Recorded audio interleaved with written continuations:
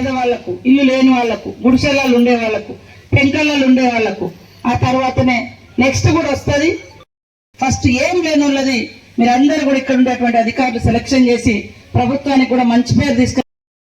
KCR first చేసింది నీకు ఆధారం లేకుండా చేసిండు. చాలా భూములలో కాస్తు అనేది ఉండాలి కదా. ఎవరు కాస్తు చేస్తున్నారు? కాస్తు కాలం అయితే ఉండాలి కదా.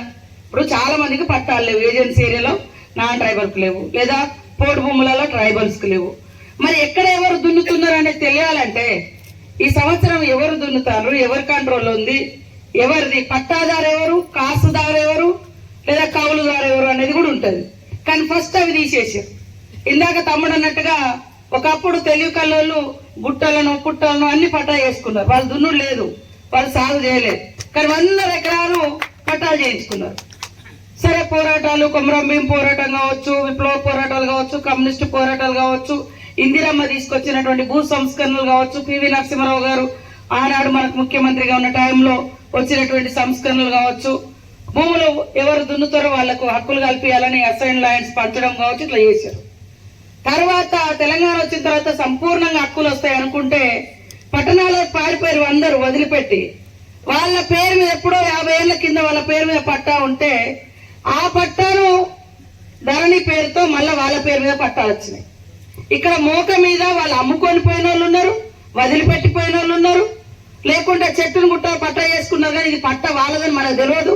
అడిగి కాబట్టి మనం సదులు చేసుకొని ఉంటా ఉన్నాం. 30-40 వేల నుంచి రెవెన్యూ అయినా ఏదైనా.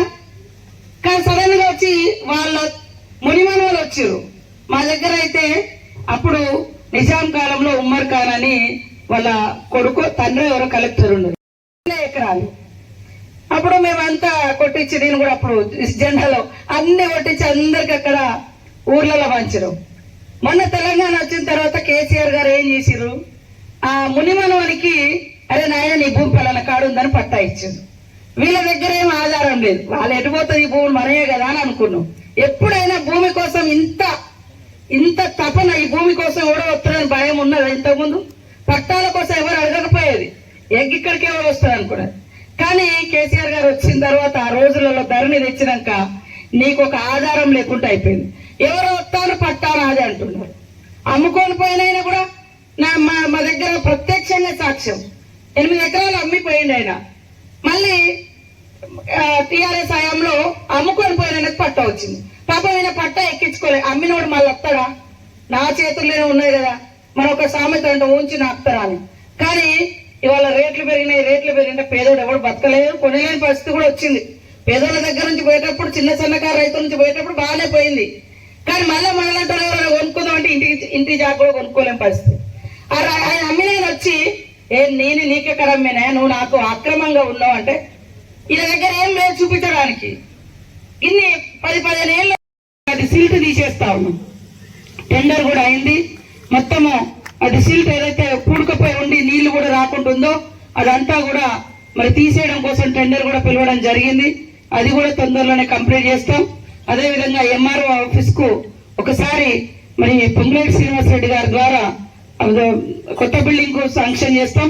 లేదా మన స్థాయిలో అంటే లోకల్ గా మన ఎస్టీఎఫ్ నుంచి ఒక 50 లక్షల వరకు తీసుకోవచ్చు. ఒక్కసారి కొత్త బిల్డింగ్ కోసం ప్రయత్నం చేయడం మంచిది అని నాకు ఇస్తే నేను కూడా మంత్రి గారితో మాట్లాడి కొత్త బిల్డింగ్ చేద్దాం.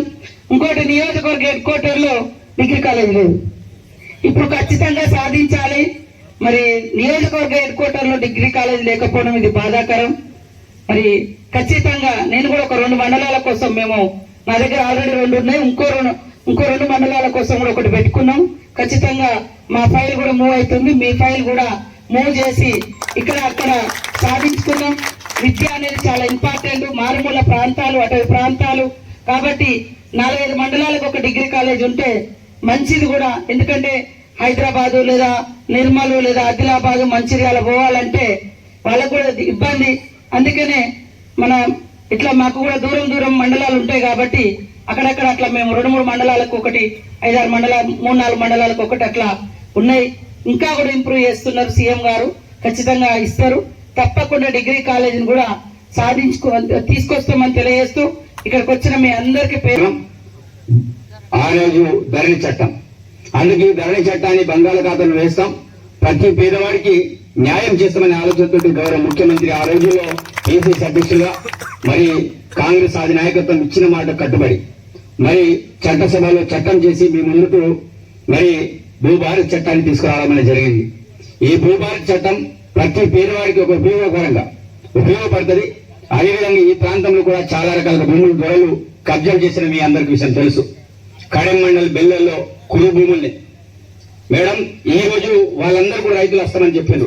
కానీ వాళ్ళందరినీ ఈ రోజు కాదు, నేను వేరే రోజు నేను కల్పిస్తానని వాళ్ళందరికీ చెప్పడం అనేది జరిగింది. ఒక దొర కురు భూముల్ని ఒక ఆదివాసీ సమాయకుల్ని అక్కడ లంబడి సోదరులు, అదేవిధంగా తోటీలు, అదేవిధంగా గోడ్స్ అలాంటి భూముల్ని కబ్జా చేసుకుని వాళ్ళ పట్టాలు ఉంటే ఇల్లీగల్ గా పట్టాలు చేసుకుని దానికి పక్క జిల్లాకి సంబంధించిన రాయకల్ జగిత్యాల జిల్లాకి మార్చడం అనేది జరిగింది. నిజంగా ఇది ఎంత పెద్ద ఇల్లీగల్ అంటే ఒక ఉమ్మడి ఆదిలాబాద్ జిల్లాకు సంబంధించిన ల్యాండ్ ని ఆ జిల్లాకు మార్చడం అనేది జరిగింది.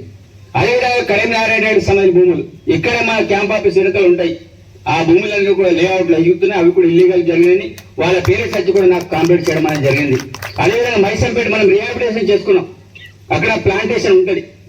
ఆ ప్లాంటేషన్ అంతా కూడా కరీంనారాయణ రెడ్డి ఆ రోజుల్లో పేదవాళ్ళకి ఇస్తే అది కూడా ఇల్లీగల్ గా పట్టలు చేయడం అనేది జరిగింది. ఇట్లా విపరీతంగా ఇల్లీగల్ జరిగినాయి. ఆ వ్యక్తి వారు అందరూ తెలుసు. దాంతో పాటు మనం గెస్ట్ హౌస్ ఇది మన కడెం గెస్ట్ హౌస్ హరిత రిసార్ట్ ని అతను కబాద్ అసలు మీకు కూడా చెప్పడం అనేది జరిగింది. కాబట్టి నేను ఏమంటున్నానంటే ఆ వ్యక్తి ఎవరు కాదు, రవీంద్రరావు దొర మీ అందరూ తెలుసు. నేను పక్కాగా చెప్తున్నా, ఎవరైనా సరే పేదవాళ్ళ భూములు ఎవరు లాక్కున్నా వాళ్ళ పేరు ఇట్లానే మోగుతూనే ఉంటది. ఎందుకు తిరిగి పేదవాళ్ళకి అప్పగించేంత వరకు నేను మాట్లాడుతూనే ఉంటా. దాని వెళ్ళే పరిస్థితి నాకు లేదు. కాబట్టి ఈ విషయంలో కాంగ్రెస్ అయ్యేది లేదు, ఎవరిని కూడా వదిలేదు. అందుకే భూభారత్ ద్వారా పేదవాళ్ళు బడుగు బలహీన వర్గాలకి న్యాయబద్ధమైన చట్టం తీసుకురావడం జరిగింది. ఏ చట్టాలు తీసుకురైనా సుమారు 50 సంవత్సరాల పాటు ఉండాలని ఆ రోజుల్లో మా రెవెన్యూ శాఖ మంత్రి పువ్వేటి శ్రీనివాస్ రెడ్డి గారు కూడా చాలా స్పష్టంగా చెప్పడం అనేది జరిగింది. కాబట్టి పేదవాళ్ళు మీరందరూ కూడా నేను ప్రజాప్రతినిధులు విజ్ఞప్తి చేస్తున్నాను. ఎవరు కూడా పేదవాళ్ళ జోలికి మనం ఎవరు కూడా వెళ్ళకూడదు. న్యాయబద్ధంగా మనం ఏదైనా ఉంటే అడుగుదాం. అదేవిధంగా ప్రభుత్వ భూములు ఇష్టారీతిన కబ్జాలు చేయడం కావచ్చు, ఎక్కడైనా కావచ్చు, అట్లాంటి ఎక్కడ కూడా అధికార పార్టీ కావచ్చు, ఇంకెవరు కూడా చేయడానికి ఆస్కారం లేదు. ఇది మనం అందరం కూడా గమనించాల్సిన విషయం. అట్లాంటిది ఎవరు చేస్తున్నా కంపల్సరీ రావడం వాస్తవం ఏదో టైం తొందరగా రాద్దాం అనుకున్నాం. మీరందరూ కూడా మనస్ఫూర్తిగా మన్నించాలని 2 చేతులు మిమ్మల్ని వేడుకుంటున్నా. ఎందుకంటే చాలా సమస్యమైంది. కలెక్టర్ గారు మేమందరం కూడా చాలా తొందర అర్థమంటే కూడా మిగతా ఆఫీసర్ కార్యక్రమాలు ఉండే వల్ల కొంత ఆలస్యమైంది. కాబట్టి చాలా మంది రైతులు కూడా వచ్చి వెలిగిపోయారు. అక్కడ ఇంకొకటి మా ప్రాంతంలో ఇక్కడనే ఎస్ఆర్ పీరియడ్ ఈ ప్రాంతాన్ని అంతా కూడా వాటర్ వస్తుంటది. మరి మేడం గారు కూడా చెప్తూ సదర్మకి సంబంధించి మనం ఎలక్షన్ కంటే కొంచెం మాట్లాడడం మొన్న ముఖ్యమంత్రి గారు కూడా వారి నోటికి తీసుకెళ్లడం జరిగింది. మీ పరిస్థితుల దీర్ఘకాలికమైన సమస్యలను కూడా నోటు చేసుకుని తీసుకురామని గౌరవ ముఖ్యమంత్రి కూడా పర్సనల్ గా ఏఎంఎల్ఏ కూడా చెప్పడం అనేది జరిగింది. కాబట్టి మీ ప్రాంతంలో ఉండగా మీ మా ఇన్ఛార్జ్ మంత్రిగా ఉండగానే మన హయాంలోనే తప్పకుండా సదర్ మెడికల్ కూడా ఈ ప్రాంతంలోకి రావాలి. డిగ్రీ కళాశాల మనం శాంక్షన్ చేయడానికి మనం ఇంతకుముందు సర్వేక్షించాం. ల్యాండ్ లెక్క కూడా అయిపోయింది. దాంతో పాటు రెవెన్యూ డివిజన్ కావాలని వీళ్ళందరూ కూడా కోరుకోరు. ఎందుకంటే రెవెన్యూకి సంబంధించిన అంశం కాబట్టి ఆ విషయం కూడా చెప్తున్నా. దాంతో పాటు మా ఎంఆర్ఓ గారు ఇక్కడ ఉన్నారు. కలెక్టర్ ఏదో తప్పు చేశారనుకోండి, వీళ్ళు ల్యాండ్ ట్రిబ్యునల్ దగ్గర వెళ్ళొచ్చు. అర్థం ఏంటి, మీకు 4 లేయర్స్ లో డెఫినెట్ గా ఎక్కడైనా సమాధానం దొరకదు. నిజాయితీగా మీకు హక్కు మీ దగ్గర వస్తుంది. సో ఇది చాలా మంచిగా ఆలోచన చేసి మనకి భూభారతి యాక్ట్ రావడం జరిగింది.